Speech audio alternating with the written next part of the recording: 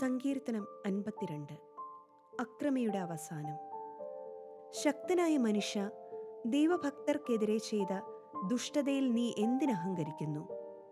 ദിവസം മുഴുവനും നീ വിനാശം നിരൂപിക്കുന്നു. വഞ്ചക, നിന്റെ നാവ് മൂർച്ചയുള്ള ക്ഷൗരക്കത്തി പോലെയാണ്. നന്മയേക്കാൾ തിന്മയും സത്യത്തേക്കാൾ വ്യാജവും നീ ഇഷ്ടപ്പെടുന്നു. വഞ്ചന നിറഞ്ഞ നാവേ, വിനാശകരമായ വാക്കുകളാണ് നിനക്കിഷ്ടം. ദൈവം നിന്നെ എന്നേക്കുമായി തകർക്കും. നിന്റെ കൂടാരത്തിൽ നിന്ന് അവിടുന്ന് നിന്നെ വലിച്ചെടുത്ത് ചീന്തിക്കളയും. ജീവിക്കുന്നവരുടെ നാട്ടിൽ നിന്ന് നിന്നെ അവിടുന്ന് വേരോടെ പിഴുതുകളയും. നീതിമാന്മാർ അത് കണ്ട് ഭയപ്പെടും. അവനെ പരിഹസിച്ച് അവർ പറയും, ഇതാ ദൈവത്തിൽ ശരണം വയ്ക്കാത്ത മനുഷ്യൻ, സ്വന്തം സമ്പദ് സമൃദ്ധിയിൽ വിശ്വാസമർപ്പിച്ചവൻ, അക്രമത്തിൽ അഭയം തേടിയവൻ.